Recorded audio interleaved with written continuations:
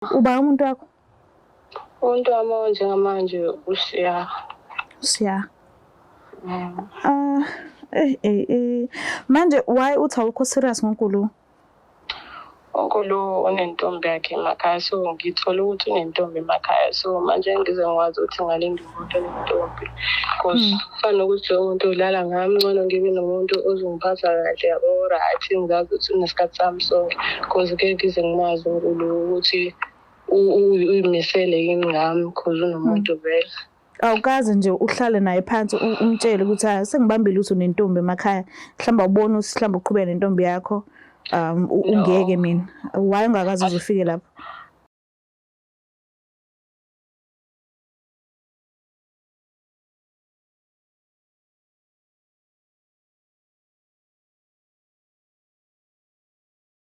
Ngiyalibingelela nonke ababukeli be-Black Life TV kube nokuphi la kufika khona lo mbukiso. Igama lami uStufuza Dlangamandla Zulu, umngwe yenkomo Sovukazi Umvuleni, intokazi yazalwa uMamkhize. Ngiyanamukela kuhlelo esibiza ngokuthi umfunani umuntu wami. So njengoba ubhuti wami eceleni kwami, ikhona lento embi and emphethe kabuhlungu, angayi-understand kahle muva nje ubudlelwane bakhe nomuntu wakhe. And njengoba la uzele kona lokho ukuthi azoyilandelela kahle, athole ukuthi kwenzakalani. So-ke nisixolela kakhulu Nkosi yami ngomsindo, siseduze kumgwaqo and ngiyazi ukuthi ngiyenzeka ukuthi mhlawumbe ngiya-irritate umsindo wey'moto nani. Siphandle, asikho e-studio. So-ke asike sizwe ukuthi ingabe kuzohamba kanjani. Sabona kunjani? Ngiyaphila njani? Ngiyaphila nami. Ubhuti waba isibongo? NgokaMkhize isibongo. Oh, ubuya kuphi? Ngiphuma e-PMB. Ukhulele khona? Oh, okay. So njengoba ula eThekwini, mhlambe ngabe uze ngokomsebenzi or isikolo? Ngize ngokwesikole, ngesikole. Oh, okay. So-ke ngicela ungiqale la nihlangana khona nomuntu wakho. Bekuyinini? Nihlangane bekwenze njani? Bekumuphi unyaka? Nahlangana kanjani? Sahlangana nomuntu wami lana ngithi ngizoqala nje ukwenza lento le i-career yami la lento le la ngifunda khona manje. Okay. Umuntu wami sihlangane naye, ngimbone ukuthi umuntu nje engimthandayo. Ngibone ukuthi hayi lo muntu mhlawumbe mangase kube khona into engizamayo naye ngaba khona into ehlanganayo. Okay. Imuphi lo nyaka loyo? Bekunyaka odlule 2023. Okay.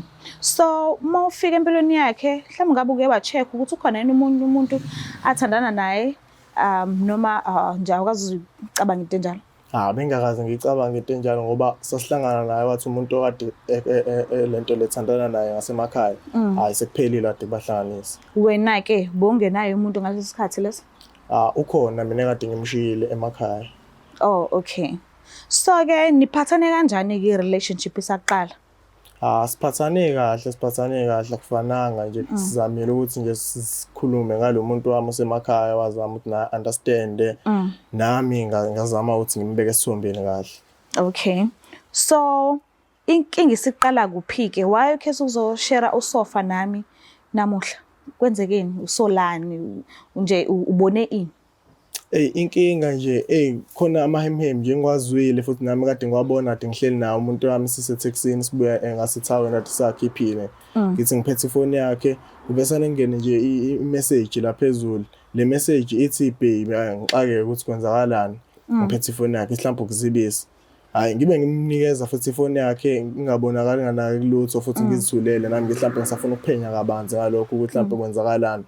Hayi kuthule emva kokuhambeni kwesikhathi nje ngithola ukuthi hayibo ngeke ngathi khona mhlawumbe umuntu enza nayo into eseceleni engayitholi kahle. Ngizama ukuthi mhlawumbe ngithi ukuphenya ngizama ukuthola inamba yakhe ngayithola. Mawuthi inamba yakhe ngayithola ngimWhatsApp, mangimWhatsApp ngimchazela ukuthi hayi umuntu wami okanje ngimchazele lo mfethu lo. Hayi mawukuthi ngithi ngiyathola lo avesana ngishaya ngo-Bluetooth. Ngiqayeke nami ukuthi akwenzakalani. Emva kwalokho hayi wangiziba kanjalo. So-ke ngikuzwile kade ekuqaleni usho ukuthi khona amahemhem owawezwa kodwa awuzange uzungitshele kahle ukuthi imaphi la mahemhem lawo ukuthi wezwani? Amahemhem ngeke ngezwe ukuthi lo muntu lo ngihlekisana naye ngathi khona umuntu la abhizi naye yabo nje ahlekisana naye la. Manje ukuthi anginayo ngisho ukuthi uba ngize ngazama umngane wakhe ukuthi angitholele inamba yalo muntu ahlekisana naye. Inamba ngagcina ngikwazi ukuthi ngiyithole. Inamba mangiyithola ngikwazi ukuthi ngiyi-WhatsApp ngikhulume naye. Hayi mangikhuluma naye evesane ngizibe le namba ngishaya ngo-Bluetooth. Oh, okay. Akabuyeli kuwena? Akabuyeli kumina. Mhlambe ukhulume naye sakumthuka noma Hayi ngeke Because ngikhulume kuyenzeka uthola ukuthi umuntu uyabo uyakwehla uvele ungazi uzophinda uthini mhlawumbe umbluthike lo muntu ungazi. So kanti wena utheni kuyena? ngizamile ukuthi nje ngiqale ngikhulume kahle naye ngeke wavesana ngiziba nje. Ngaphinde ngithi ngam-WhatsApp futhi waphinde wangiziba. Angani noma mhlawumbe usenayo ilento ikuloku mhlawumbe mina ngoba vele lento le i-DP yami ngishintshile bengafakanga mina ngazi. So njengoba amahemhem ethi usethola umuntu la eduzeni, what if umngani wakho loyo? Ngabe inkinga ke phela leyo ngoba abangani bami bonke ngiyabathemba abangani bami. Ngabe inkinga ngempela. Akukho mhlambe la kuwe waxoxa khona ngokuthi umuntu wakho mhlambe umuhle mhlambe umncoma indlela thizeni mhlambe ukukhuluma kwakho kwaze kwenza ukuthi omunye umuntu olalele aze naye afise ukuthi abe nentombi yakho? Akade ngibatshelile nje laba ngihlala nabo mhlambe ngenzeka mhlambe ibona kodwa nje kade ngikhulume nabi laba abasondelene nabo abangani bami. So sitholile inamba kaBhuti njengoba usinikezile yona and sizamile thina ukukhuluma naye and akasibhluthi isikhanga Nkosi yami. So ukhona angazi noma wena ukulungele ukuthi ngimlande ukuthi uzokwazi ukukhulumela wena ubuso nobuso. Ngamlanda ngizama ukuthi ngikhulume naye. Okay, usilandele.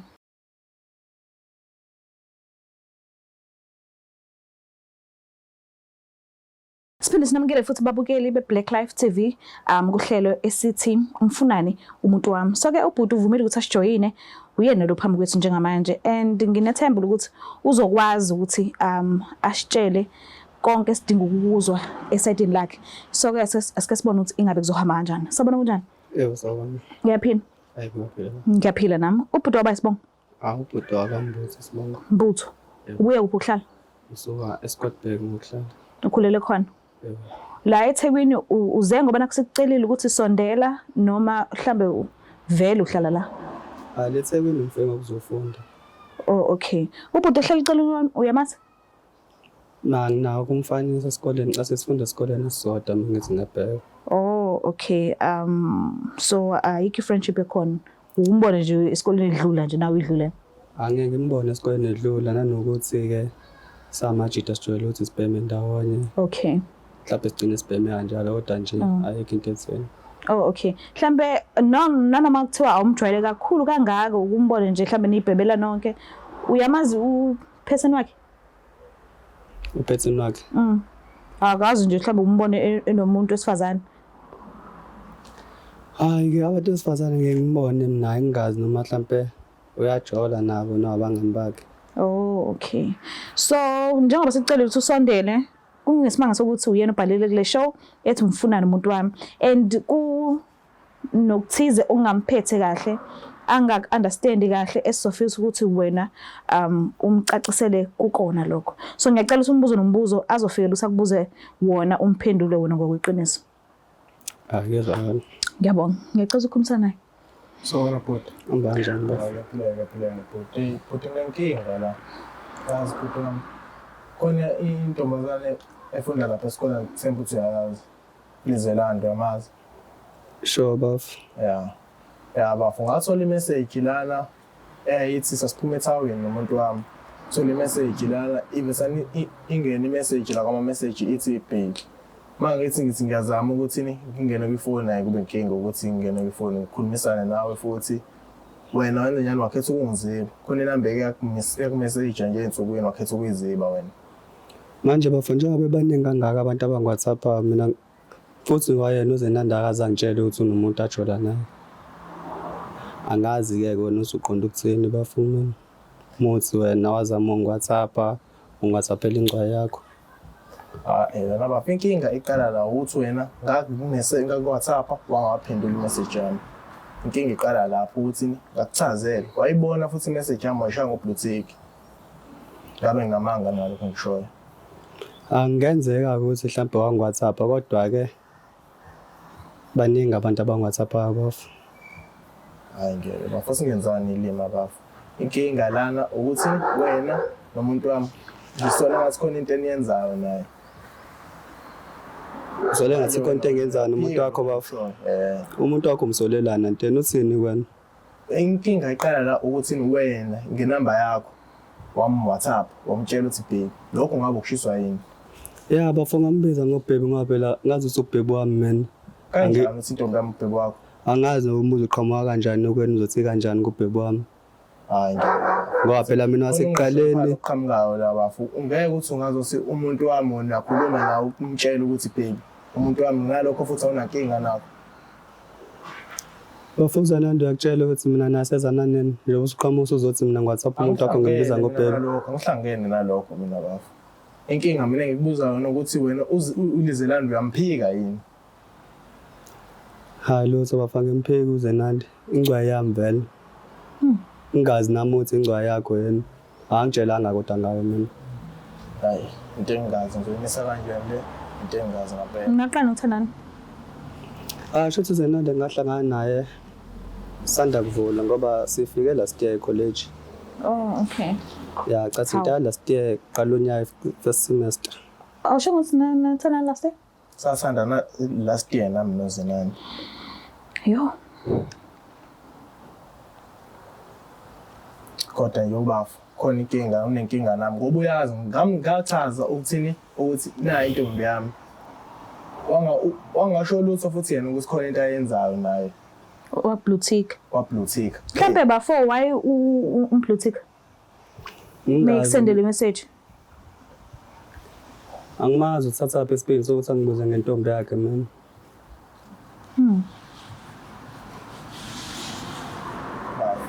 nenkinga nami ngiyakubona nenkinga nami Nenkinga kanjani nawe bafo uzenanda zangitshele lutho ngawe ubani wena kuze nani? mina ngiyindoda yakhe bafu futhi nalokho ngingakhulwela Hayibo. Asazi bafo. Ngiyamanda ukuthi simfanele nozenande sizwe ngayo ukuthi ithi into yakhe. mina anginankinga nalokho kushoyo anginankinga Ngiyacela sifanise.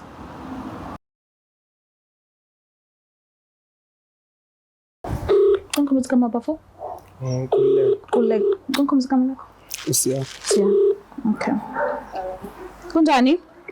Ngiyabingelela. Ngiyaphila ulaleni. Yeah, Ngiyaxolisa ukuphazamisa. Ukhuluma noStofuza dla ngamandla ezulu from Black Life TV. Singakhona uqhubeka. yebo sangiqoka. No, all right. Sikulalela kuhlelo elithi umfunani umuntu wami ngivakashelwe uNkulu. So uNkulu kunezinto eziningi angayi-understand kwi-relationship yakho naye. Yeah. Niyathandana kodwa noNkulu? Noma ungitshela into engekho? Umuntu wami but we are not serious yabo because khona ngingafanda ukuthi nomuntu wakhe so I'm not that serious ngayo. Mina ngumuntu wami. How? Unomuntu wakho? Yeah. Uba umuntu wakho? Umuntu wami njengamanje usiya. Siya. Manje why uthi awukho serious ngoNkulu? Unkulu unentombi yakhe emakhaya so ngithola ukuthi unentombi emakhaya so manje ngize ngikwazi ukuthi ngalinda umuntu onentombi because fana ukuthi umuntu ulala ngami ngcono ngibe nomuntu ozongiphatha kahle yabo right ngizazi ukuthi unesikhathi sami sonke because ke ngize ngimazi uNkulu ukuthi uyimisele yini ngami because unomuntu vele. Awukazi nje uhlale naye phansi umtshele ukuthi hayi sengibambile ukuthi unentombi emakhaya mhlamba ubona ukuthi mhlamba uqhubeka nentombi yakho ungeke mina why ungakazi uzofike lapho asikho isidingo because nami sengimtholile umuntu engimthandayo yabo so naye akahlale azi ukuthi mhlawumbe ngintombi yakhe but ngiyazi mina sengimuvele nivele kodwa yena akazi and futhi asikho isidingo sokuthi akwazi lokho. Ish ngiyaxolisa yazi ukhuluma oku-loudspeaker sikulalele soba u-3 la nginoNkulu nginosiya futhi bayakuzwa nje ukukhuluma. Sure. Usiya uye wathini ngoNkulu kuyena noma mhlamba akazi ukuthi niyathandana? Ngamtshela ukuthi nje asikho serious noNkulu because vele uNkulu umuntu wakhe. Wathi kulungile qhubekani? Ya ngamtshela futhi ukuthi ngizomyeka uNkulu because ungiphethe kahle siyayabo yonke into right noma siya sowathula si right uNkulu vele nje usefana nento engekho. Ucabanga ukuthi kuzokwenzakalani mhlawumbe mase nibonana futhi because bayakuzwa kumanje nje bukhuluma nje? Yo, I think it's about time ngimtshela ukuthi angisamfuni because ngithola umuntu right yabo. Yo. Okay, ngiyabonga kakhulu. ukuthi uneze isikhathi sakho, ngiyabonga. Okay, thinking bye. Sure.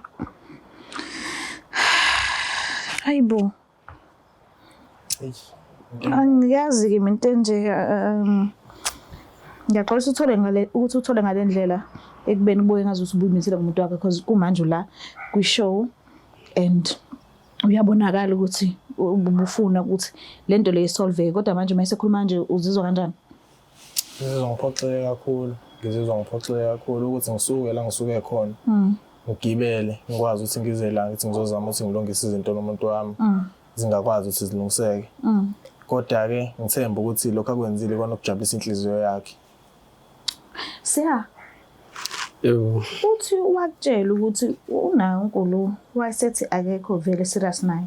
Kodwa yini eyenza ukuthi uqhubeke naye esekutshelile ukuthi ukhona uNkulunkulu? Nanoma kuthiwa wayethi anikho serious abekho serious boba uthi but why uqhubeke naye? Intaba ngithi ngiqhubeke naye ngoba vele ngase ngiqalile vele ukuthi ngikhulume naye vele. Okay. Ngathi ngabona ukuthi ngeke ngikwazi wayimina ukungabaza. Ngisale sengiqhubeka into engiqalile. So ingakho umblutika uNkulunkulu maye kusendela i-text. Vele ke umjida vele ozovela ngoWhatsApp engiwhatsappela ukuthi angihlukane nethekeni yakhe. Angimthathe serious kwayena vele. Eish. Kodwa ubafu ngenza isilimo ubafu ngenza isilimo ngoba ngamchazela ukuthi nginentombi kanje kwayena ngenza isilimo. Kodwa ke kulungile. So kuzokwenzalani mase nizobhekana kanjani esikolweni? Awazi. Kodwa nje mina usiya angisamsebenzisi angisakhola nokuthi ngokwazi ukuthi ngiphinde ngikhulume enye into ekhona. So right. Sengiyi-right. So uyimisele ngokuqhubeka ke? Mina ngavele ulayini wami vele ushaya ingcwaye ayikho into engizoyiyeka mina. My sister nami ukuthi ngavele ingcwaye yami vele. My bro angimazi mina. Walento ayikhulumayo ukuthi yena noAzana kanjani. Ngizwa ngaye vele lento mina. Imali khona umunye umuntu othanda naye kuthi uAzana futhi. Inqwabi ingcwaye. Kwayona ingcwaye yakhe le. Sekuyena nje uma uzongiphambanisa because uthe uZenandi shuthi khona omunye kuthi uAzana. What if uyibuka nayo le video lena kuZenandi ke manje eza ukuthi usuyamphambanisa umbize igama lomunye umuntu? Asathi soyilungisa ke lonto le ukuthi iyobe imphathe kambi ngoba vele ukuhlangana kwethu asihlangananga vele naye ngathi ngamfica nomuntu ojola naye. Manje ngibona siyobe inkinga lonto leyo. Ngiyabonga kakhulu isikhathi sakho ukuthi usijoyine kodwa angeke ngize ngivume ukuthi nihambe kanye because angeke ngize ngazi mhlambe nehlisa imoya la mhlambe yoqhuthana phambili angazi but okwamanje fanele ngenze sho ukuthi ni safe. Ngicela uphume naye buti. Ngiyacela buti uphume naye ngale.